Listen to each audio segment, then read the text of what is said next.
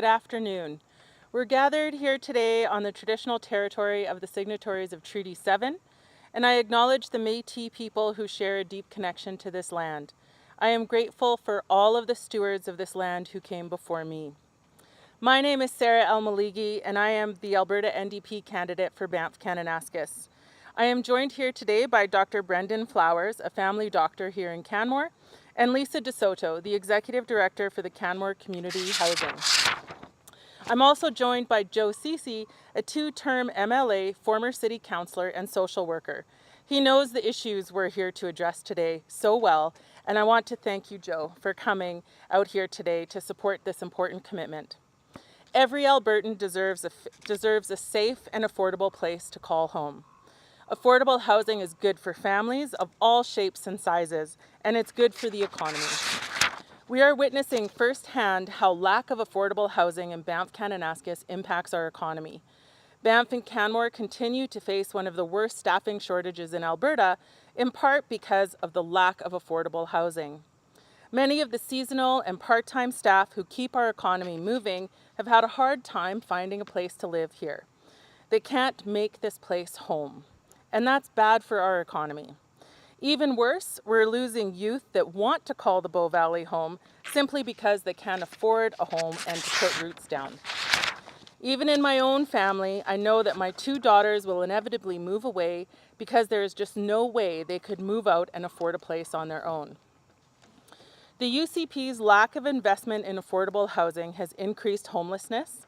It has put the economy of Banff-Kananaskis at risk, and it means families can't afford to buy homes. Even the UCP's Palliser land transfer is the bare minimum. They took 4 years to finally release the land to the town of Canmore, but haven't included any funding to help move the project forward. Now, affordable housing can't wait. It needs to happen as soon as possible. I know how important affordable housing is to the Bow Valley region. It's critical to our tourism sector. It is critical to our community identity and growth. I'm proud to stand here today because I know that an Alberta NDP government will work with our municipalities to build affordable housing while protecting important landscapes. I'll turn things over to Joe Ceci to announce our plan to address the housing crisis. Thanks, Sarah, Lisa, Dr. Flowers. You know, the plan is simple. We can't fix health care if nurses can't afford to live here. We need affordable workplace housing. We can't have a strong economy if workers can't afford to live here.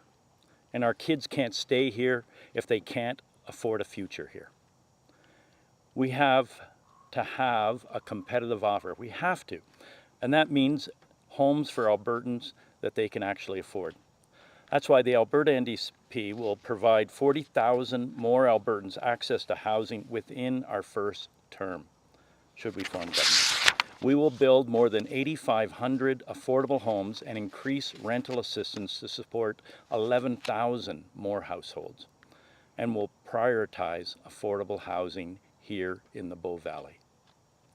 It's clear that across the province, municipalities must have a stable provincial partner to help address the housing crisis. Danielle Smith can't provide that, but Rachel Notley can. The Alberta NDP has always been committed to affordable housing for Albertans. We have made an historic $1.2 billion capital investment while we were in government. We supported nearly 66,000 affordable homes from 2018 to 2019. But the UCP cut that support for affordable housing by 8,000 units. That's 8,000 families left without support as the cost of living in this province skyrocketed. While waiting lists for affordable housing have increased, we know, to more than 25,000 people. It's clear that Danielle Smith and the UCP have taken affordable housing in the wrong direction. They're more interested in selling it off than building it. In addition to building more housing and increasing rental assistance, the Alberta NDP will invest $120 million into the Indigenous Housing Capital Program. That'll support Indigenous-led projects and solutions to affordable housing all over this province. We will provide more funding for wraparound support in affordable housing, to alleviate extreme poverty by ensuring people have access to the supports they need to maintain their social housing. We know wraparound supports are also important for housing for people who have disabilities or for seniors. And we'll support renters. We'll increase rental assistance. We'll create a rent bank that will help Albertans avoid eviction when they face a crisis like job loss or a family emergency. For the Alberta NDP, access to housing is a human right. As life gets more expensive, we'll make sure every Albertan has a safe and affordable place to live. Sarah? Thanks, Joe. To speak more on housing issues we're facing here in the Bow Valley, I'll now pass things over to Lisa DeSoto. Thanks, Sarah. Thanks, Joe. As Sarah said, my name's Lisa DeSoto. I'm the former CAO with the town of Canmore, but most recently I've been appointed to a role as Strategic Leadership Advisor to Canmore Community Housing.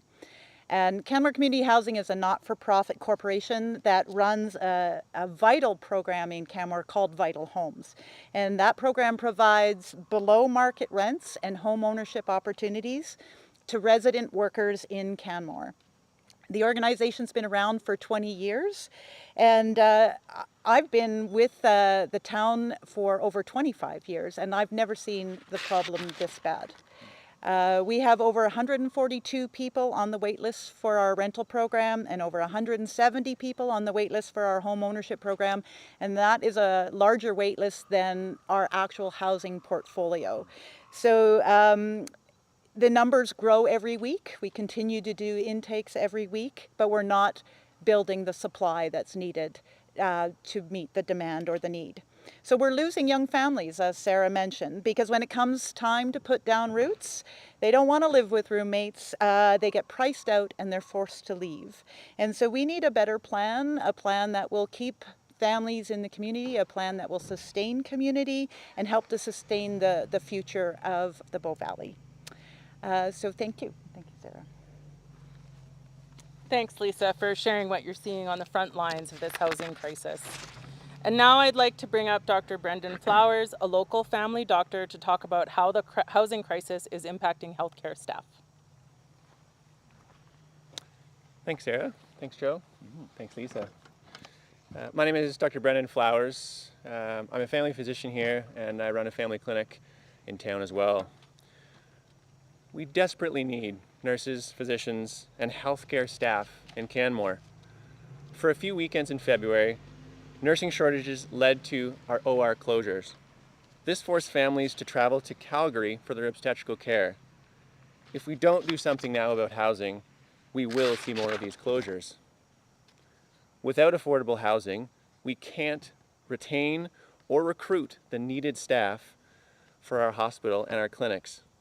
Home ownership and even renting is simply out of reach for many in the valley. I know a nurse who pays well over $5,000 a month in rent. Her children are thriving here, but she's dipping into her savings in order to support her family. It's just not sustainable. She wants to stay here, but she's worried that she'll have to leave. And I've spoken to many healthcare workers who want to live and work here, but they simply can't afford the housing. Instead, they choose to serve other communities. As a final example, when one large development in town started offering affordable rent, their rates actually prompted a spike in the free market rates. This same development also just increased their affordable rents by 10% for a two-bedroom unit, which is now a total of $2,100 per month, plus utilities, plus parking. That is not affordable for the majority of people in this valley. Our housing issue has now become a healthcare issue. However, everyone can play a role in solving both of these issues. Every landlord, every community member, every property manager, and even the town can all do its part. Please reach out to learn how you can help. Supporting the NDP from an affordable housing perspective. Other options would be stop renting short term. Start building garage suites. Start looking into accessory suites. And start connecting with community-minded individuals who are looking for a thriving community here. We have to do something about affordable housing to remedy our healthcare shortages, or the health of our community and the community's vitality will inevitably suffer. Thank you. Thank you, Dr. Flowers. Thank you very much, Lisa and Brendan and Joe, and we're happy to take any questions now. So we'll start taking questions. We'll take questions from application as well as on the Zoom. So if you're on the Zoom, use the raise hand function or the *9. We'll start with the on location.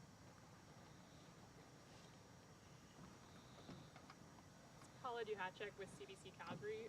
Given the limited amount of land available for development in the Bow Valley, can you speak more to how your party would specifically help build more affordable housing here? Sure, that's a really great question, Paula. Thanks so much for being here today.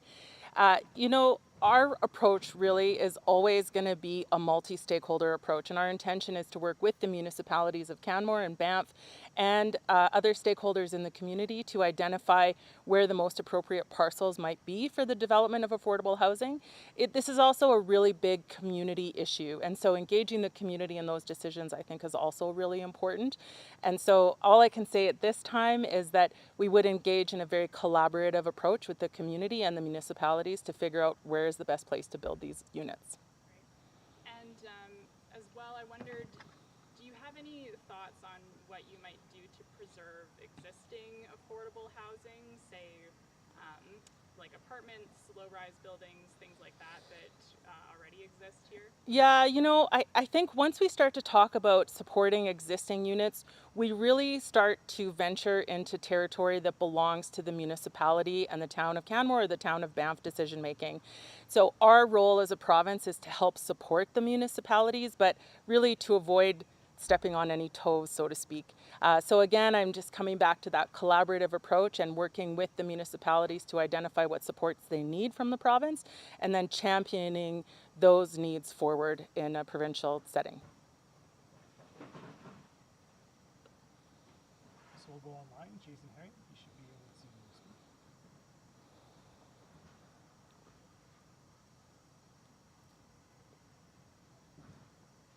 Hey folks, yeah, first question I wanted to ask for Sarah. You know, between today's policy announcement here and some previous pledges on Eastern Slopes coal mining, the K-Pass, we've heard quite a bit from your party on files for Banff-Kananaskis. Can you tell me about how you and your party are viewing this riding heading into the election?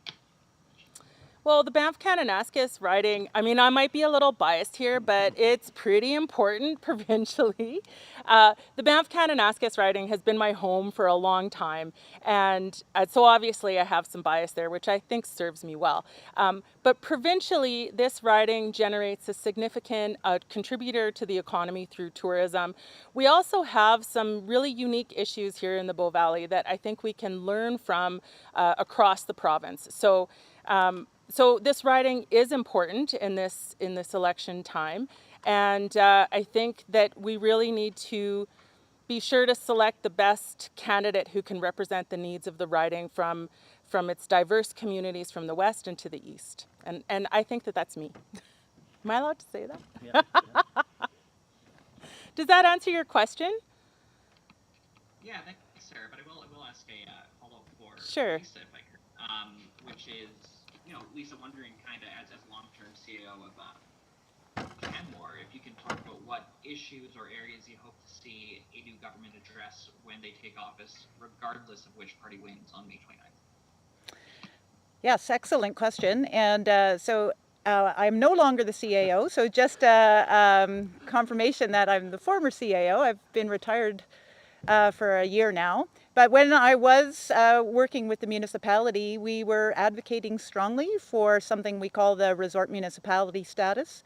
So that would see amendments to the Municipal Government Act that would give special tools for revenue generation to municipalities like Canmore, Banff, Jasper, potentially others like Sylvan Lake or those in the Crow's Nest Pass that would meet certain criteria and support the tourism economy.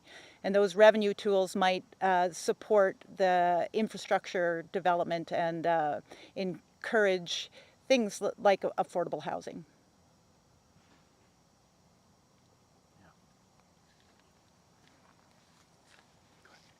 Thank you. We'll do one more pass for questions. First on location and on the Zoom. Seeing none, that is all for today. Thank you.